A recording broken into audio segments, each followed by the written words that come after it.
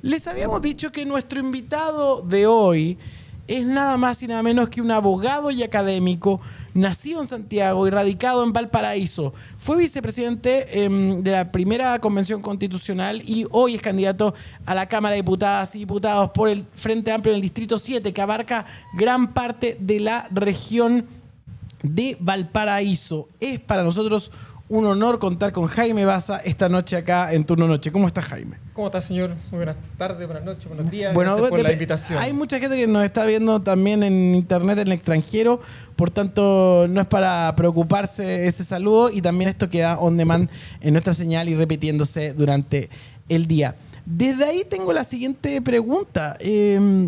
¿Por qué quieres ser diputado? ¿Por qué quiero ser diputado? Mira, llevamos, creo yo, varios años de cambios sociales, de revueltas, de crisis de confianza en las instituciones políticas. Y yo creo que tengo un perfil que puede ser bien funcional a la recuperación de esa confianza en las instituciones. Tengo una experiencia bastante larga, profesional, en términos de trabajo universitario, académico. Soy un experto, ¿verdad?, en mis materias constitucional, etcétera. Pero también tengo una experiencia política muy importante en lo que fue el ciclo político reciente, ¿verdad? El éxito en el plebiscito de entrada, pero la derrota en el plebiscito de salida, la derrota también del proceso 2023 en su respectivo plebiscito de salida, y sobre todo lo que fue el trabajo en la Convención Constitucional. Entonces yo creo que de alguna manera represento un tipo de renovación, pero de una persona con experiencia, que conoce muy bien los problemas de su distrito, que son por lo demás problemas muy transversales al resto del país, y que puedo colaborar, creo yo, con ciertas condiciones de diálogo, de negociación y de construcción de acuerdos, ¿verdad?, que probablemente el país hoy día lo necesita de manera muy importante. En julio de 2018, una de tus primeras visitas al Congreso fue como asesor técnico, una sesión de la Comisión de la Cámara de Diputados de la Comisión Nacional de Defensa, y ahí ya destacaste por algo que después el presidente volvió norma, que es no usar comprobante. Te lo robó el presidente. Eso. Sí. Es verdad. Espera, ¿y por qué decidiste hacer eso que después fue increíble el país, el 2018, muy polémico? Sí, mira, yo siempre he pensado que hay ciertas condiciones formales, ¿verdad?, que son muy relevantes en nuestro país y que debiéramos ser capaces de erradicar. Esto de cómo te ven, te tratan, tiene un sesgo elitista, ¿verdad?, bien ninguneador. Y yo, claro, yo prácticamente nunca uso corbata.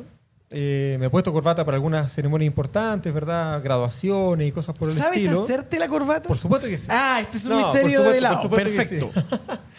Y claro, yo ese día no fui con corbata porque no uso corbata, ¿cachai? No porque haya pensado una performance para desafiar al establishment ni nada por el estilo. A mí me invitaron a trabajar, preparé un informe, fui a presentar el informe, me saco la chaqueta para trabajar más cómodamente y me retan. Entonces yo creo que ahí hay un elemento que no está directamente vinculado con la formalidad en el vestir, sino que probablemente está más relacionado con el abuso de poder, ¿cierto? Claro. Con un diputado que está sentado al otro lado de la mesa, que está en la posición de ponerte la pata encima, ¿verdad?, de decirte, oiga, usted, niñito, ¿cómo no sabe vestirse? En condiciones que en realidad yo iba a trabajar. Oye, mejor sentémonos a trabajar. Tu historia con las constituciones es larga. Sí, soy profesor de Derecho Constitucional. ¿Se te apasiona? Sí, soy un poco nerd en ese sentido. Llevo como 20 años enseñando Derecho Constitucional. Haciendo memoria, fuiste uno de los coordinadores de la iniciativa Marca tu Voto.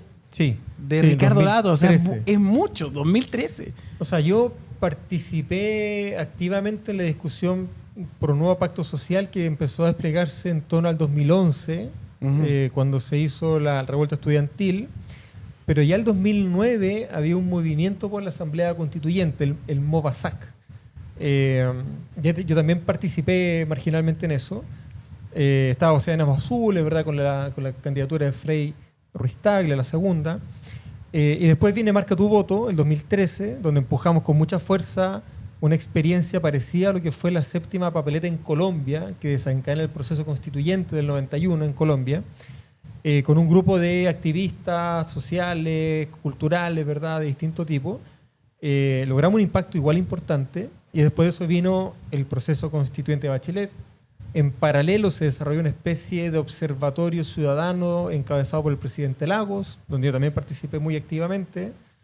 Y después del 2018, cuando viene el cambio de gobierno, y viene esto del ministro del Interior Chadwick, que dice que no va a avanzar en el proyecto de nueva constitución y que ese proyecto queda guardado en un cajón.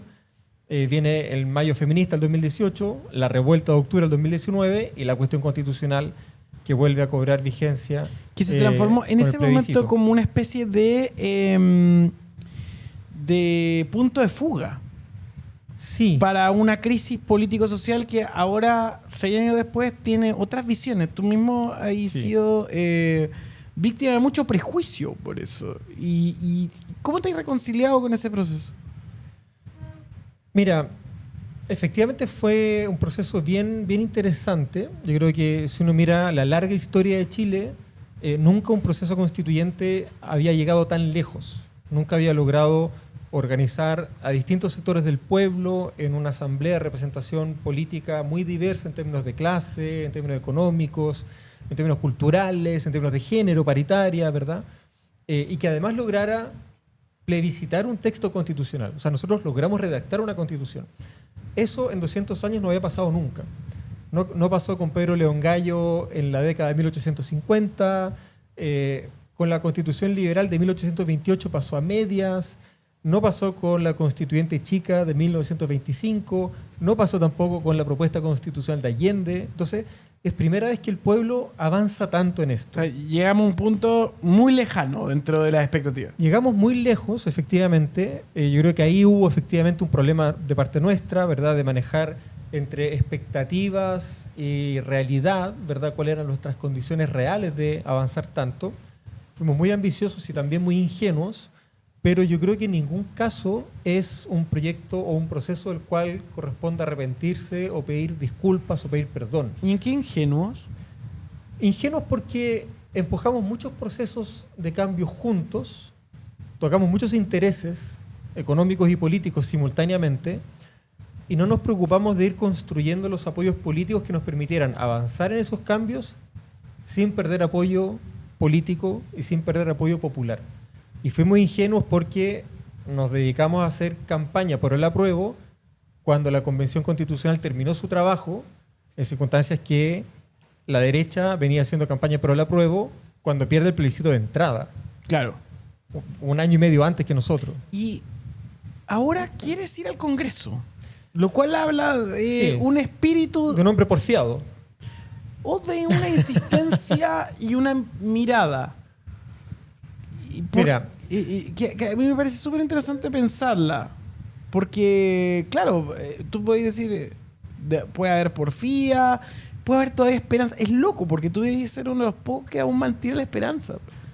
Mira, yo creo que primero no hay buenas razones para perder la esperanza después de una derrota electoral. Las derrotas electorales no son necesariamente derrotas políticas, ¿cierto? Cuando uno maneja mal una derrota electoral, esta se transforma en una derrota política, pero yo creo que las derrotas electorales marcan ciertas condiciones para pensar el paso siguiente. Te pongo un ejemplo histórico. Cuando la derecha pierde el plebiscito de 1988, empieza a pensar en reforma a la Constitución del 80 y luego en una candidatura presidencial. No se va para la casa y ve cómo la concertación se hace cargo del país. Yo creo que en el caso nuestro pasa una cuestión similar. La derrota de la constituyente, de las dos constituyentes, de la Convención Constitucional del 2022 y del Consejo Republicano, ¿verdad?, que dirige Kast principalmente el 2023, dan cuenta de que hoy día probablemente no estamos en condiciones de tener una conversación estructural sobre los principios de nuestra convivencia social, pero sí debiéramos estar en condiciones de abordar una discusión legislativa, no constituyente, sino que legislativa, respecto de cómo mejoramos las condiciones concretas de vida de las personas. Hablemos de empleo, hablemos de royalty portuario, hablemos de seguridad, hablemos de educación, hablemos de trabajo. Y esa ya no es una discusión constituyente. ¿Esos son los temas que quieres empujar? Claro, y son los temas de la vida cotidiana de las personas comunes y corrientes, ¿verdad? Las personas que vivimos permanentemente del fruto de nuestro trabajo. Oye, te quiero hacer una pregunta que tiene relación a cómo hacer campaña en la calle. ¿Cómo te recibe hoy la calle? Pues te reconoce también. Sí.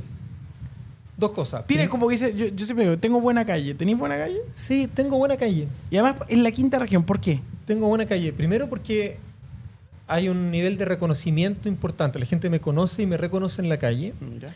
Pero además, claro, no es solo, mira, ahí va Jaime Baza, sino que además es el enganche, el tipo de conversación que genera el reconocimiento. ¿Nunca jugaste con Jaime Basado para crear? Alguna vez durante la convención, pero no resultó muy bien. No fue muy basado. De hecho, lo cambiamos, pero todavía como que el resto de la gente juega un poco con eso. Pero nada, lo segundo que es interesante es que la gente me cree.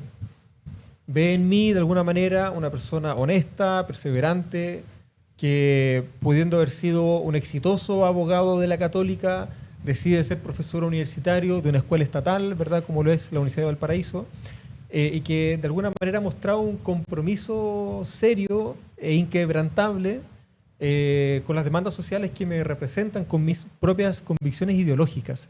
Y yo creo que eso es muy interesante porque da cuenta de que si bien hay una desconfianza estructural por parte de la ciudadanía en sus instituciones, hay un anhelo de confiar, hay un anhelo de volver a confiar.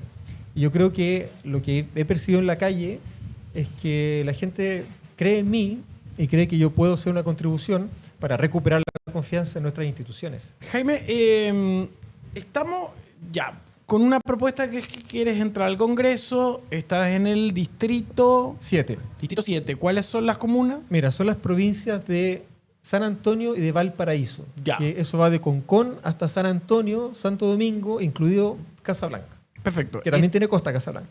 Por supuesto. Y en esa dinámica estás en esta campaña donde has conversado con la gente, tenías una base de conocimiento, de apoyo, respeto por el trabajo.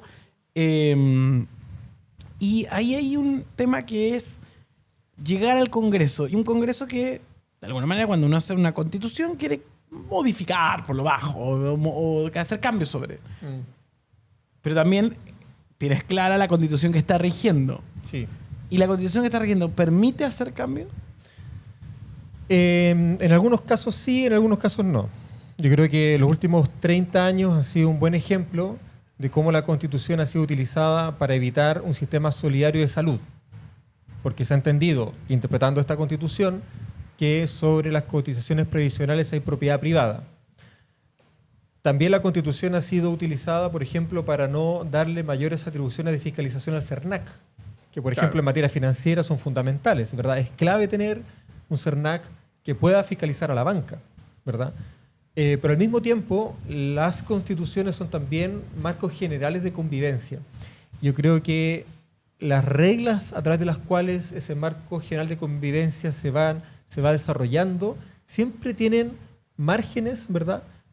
Para que la práctica política pueda ser más emancipatoria, más consciente de los derechos sociales, ¿verdad? Incorporar mecanismos de garantía efectiva de los derechos, que es un poco lo que ha permitido políticas públicas tales como el auge, el Plan Nacional de Cuidados, etc. Yo en esto creo que hay una herencia bien importante en materia de teoría crítica del derecho constitucional, del derecho en general, de meterse en la letra chica, en los engranajes, ¿verdad?, de los textos constitucionales, los textos normativos, jurídicos, y encontrar la forma de hacer lo que es necesario, ¿verdad? No rendirse simplemente diciendo, pucha, no se puede con esta Constitución, sino que buscar la forma, y yo creo que yo como experto en derecho constitucional tengo un poco esa ventana de oportunidad de decir cuáles son las rendijas, ¿verdad?, del orden constitucional que permitirían, por ejemplo, una garantía efectiva de un trabajo digno y de una remuneración justa. Se nota que te quieren, porque acá la gente pone, quiero encontrármelo en la calle, andarás por Valpo, dice Camila Palacios. También Jaime es parte de nuestro Avengers, junto a Carlos Gajardo, Patricia Muñoz, muchos más. Hablando de Gajardo, bueno, el tema del día es SQM. Sí, complicado SQM.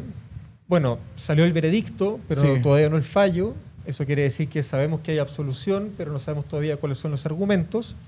A mí lo que me preocupa es que, por regla general, la ciudadanía no entiende bien la diferencia entre un tribunal de garantía, la fiscalía, la defensoría, etcétera. Lo que la ciudadanía ve es que han pasado más de 10 años de investigación, no sé cuántos años de juicio oral, y esto finalmente ha quedado en nada. Las declaraciones de Gajardo son bien preocupantes en ese sentido. Carlos Gajardo, el ex fiscal de esta misma causa, que habla de que aquí hubo un acuerdo que se cerró entre las élites de la política, la fiscalía, el Servicio de Impuestos Internos, para decidir hasta dónde llegar y hasta dónde avanzar. Y claro, que hayan salido todos absueltos es una mala señal para una ciudadanía que, insisto, quiere volver a confiar en sus instituciones. Entonces yo creo que hay que esperar el fallo, ver cuáles son los argumentos, ver cuánta responsabilidad tiene esta suerte de negligencia que el Tribunal de Garantía ve en... que el Tribunal Oral en lo penal ve respecto de la Fiscalía, y ver hasta dónde esa negligencia responde a algo así como un acuerdo político de impunidad, si es que acaso hay un problema de diseño respecto de cómo investiga el Ministerio Público, o si efectivamente es un problema simplemente de negligencia. Estamos observando en vivo y en directo, cuando son las 7 de la tarde con 42 minutos, una conversación con Jaime Baza, que ustedes pueden ser protagonistas. Jaime, ¿qué aprendizaje has tenido estos últimos años? Mira, me ha tocado administrar triunfos y derrotas importantes en poco tiempo. Yo creo que ahí hay un proceso de maduración política muy significativo. Y he aprendido mucho de cómo la propia ciudadanía, comprometida con las demandas sociales que se han tomado en la agenda pública de los últimos 5 o 10 años, ha procesado cada uno de los momentos históricos en los cuales nos hemos encontrado en el último tiempo. Porque esa ansiedad que vimos en 2019, principalmente con demandas sociales que buscaban llegar a la Constitución a toda costa, en algún sentido ha sido reemplazado por una templanza que busca empujar esas mismas causas, pero con un sentido de realidad distinto, ¿verdad? Y eso a mí me tiene bien esperanzado, porque hay una ciudadanía que, a mi juicio, aprendió a movilizarse, que llevó adelante un proceso de autoformación popular sumamente importante durante los cabildos autoconvocados que se organizaron desde fines del 2019 y primeros del 2020 hasta que estalla la pandemia, y que hoy día es consciente de que hay que seguir empujando eso, pero probablemente con otro ritmo, con otras condiciones de escucha, con otras condiciones de diálogo. Y yo de eso he aprendido mucho, ¿verdad? A no bajar las banderas, a mantenerlas arriba, pero a avanzar, ¿verdad?, a un ritmo más realista. Jaime, nuestro público pregunta, Ricardo Sepúlveda dice, Baza dice que puede aportar desde el derecho constitucional. Mi pregunta es, ahora sin ser diputado, ¿puede aportar igual con parlamentarios de su sector o no ha podido? Buena pregunta, Ricardo. Yo en general he participado harto de las comisiones temáticas del Congreso Nacional como experto. Nunca he sido asesor parlamentario propiamente tal, porque uno como profesor universitario creo que tiene una tarea distinta, que es más bien asesorar a la institución de la Cámara y no a un grupo de parlamentarios en particular. Sin embargo, he tenido mucho diálogo bien provechoso y bien productivo con distintos sectores, ¿verdad?, de la Cámara y del Senado. Esta misma anécdota, ¿verdad?, de la chaqueta, de que me retan por no andar sin chaqueta, fue, como decías tú, en un contexto de un análisis de un proyecto de ley en la Comisión de Defensa Nacional de la Cámara de Diputados. Entonces, he podido poner mi conocimiento al servicio de los procesos legislativos y ahora espero hacerlo más intensamente como diputado. Jaime, aprovecho de preguntarte, ¿por qué partirías tú picando en la gran obra llamada Chile? Yo creo que lo fundamental hoy día... En este rol, en el nuevo rol al que aspiras, no al anterior. Si tú tuvieras que decir, ya, ok, ya entiendo el edificio. Mira, yo creo que hoy día hay que empezar por cuestiones muy concretas. Y yo diría que lo más concreto hoy día es vivienda y trabajo. Vivienda y trabajo. En Chile hay un déficit importante de viviendas. Los jóvenes profesionales no pueden acceder a la vivienda con la misma facilidad que accedieron sus padres o incluso mi propia generación. El acceso al crédito está muy difícil, entre otras razones porque la banca no tiene contrapesos institucionales suficientes en materia de control y de fiscalización. Y creo que vivienda hoy día es un problema importante. y lo es especialmente en mi región. Los campamentos más grandes están principalmente en Viña del Mar, Cartagena y San Antonio. La megatoma de San Antonio da cuenta de que hay mucha gente que quiere vivir en San Antonio, pero que no tiene dónde hacerlo.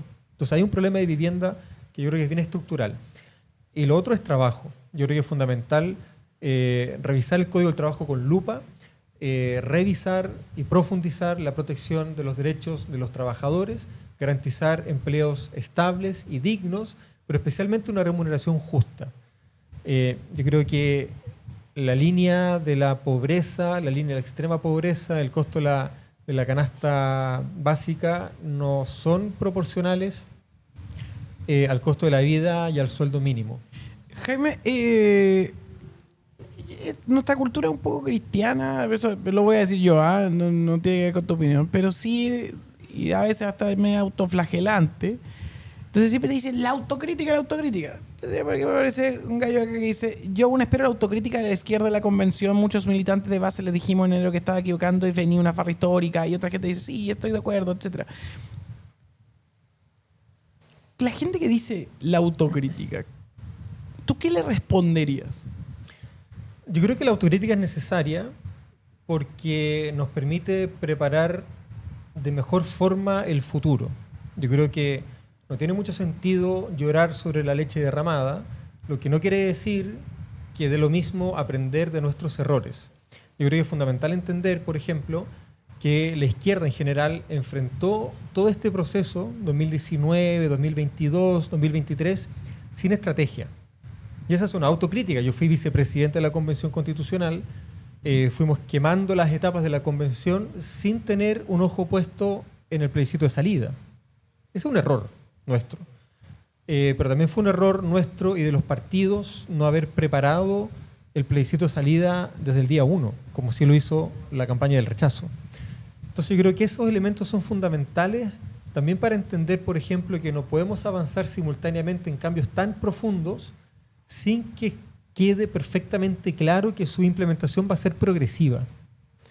Ese es un error nuestro, ¿verdad? Mucho cambio simultáneo, tocamos muchos intereses al mismo tiempo, generamos inestabilidad, inseguridad. Esa es una responsabilidad nuestra, debimos haberlo hecho de otra manera, pero eso no lo digo en clave de pucha, que mal lo hicimos antes, sino que estos son nuestros errores, no los volvamos a cometer. Salgamos entonces del pasado, vamos al futuro. ¿Cómo quieres ser como diputado? ¿Qué es lo que quieres enfocar? Además de todo lo que me estabas diciendo, pero llegar ahí, que ya lo conoces, ¿qué crees que puedes aportar? Además de todo lo que nos dijiste, pero sí, debe haber un algo. Hay mucha gente que está convencida, dicen que votan por ti, te tienen buena onda, pero de pronto hay alguna línea que tú decís, ¿sabes que me acuerdo que tal cosa me pasó, o tal cosa vi, tal cosa he experimentado estos años, y creo que por eso puedo ir ahí? Sí. Mira, yo creo que mi perfil, como te decía recién, entre académico, experto y con experiencia política, me ponen un muy buen pie para hacer dos cosas que yo creo que son fundamentales y que son necesarias hoy día. Una es abordar las discusiones políticas que tienen elementos técnicos con suficiente información técnica, experta, académica, que nos permita tomar buenas decisiones basadas en evidencia, en el rigor científico del derecho, ¿verdad?, etcétera. Yo creo que ahí puedo aportar para llevar adelante deliberaciones parlamentarias más serias, menos show y más diálogo. Eso por un lado. Y por otro lado, yo creo que el tipo de relación que he tenido con el territorio, con los movimientos sociales, ¿verdad?, en general, me posicionan en un buen lugar para profundizar algo así como la transferencia de poder desde el aparato estatal hacia la sociedad civil. Yo creo que no es ningún misterio que la sociedad civil muy mayoritariamente, estoy generalizando y puede que esta generalización sea injusta, pero mayoritariamente se ha ido desmovilizando y despolitizando en el último tiempo, en las últimas décadas, con una forma de politización más bien individualista y vinculada al consumo, ¿verdad? Y creo que es muy necesario fortalecer las organizaciones sociales a partir de las cuales se lleva lo político, no solo la política contingente, sino que la acción política en juntas de vecinos, sindicatos, clubes deportivos, ¿verdad? Organizaciones de defensa del borde costero, la implementación de los diseños portuarios, etcétera, para que la sociedad vaya progresivamente comprometiéndose cada vez más con la cuestión pública y con la deliberación de lo político. Y yo creo que ahí puedo ser una herramienta importante desde el Congreso Nacional como diputado, dado el perfil que tengo. Tú conoces la Cámara. Sí. Has sido asesor, reconoces. Y ahí es donde quiero preguntarte, al entender cómo funciona y al también proyectar que va a haber un cambio de personas, ¿cómo se conversa con ese otro que no está de acuerdo contigo?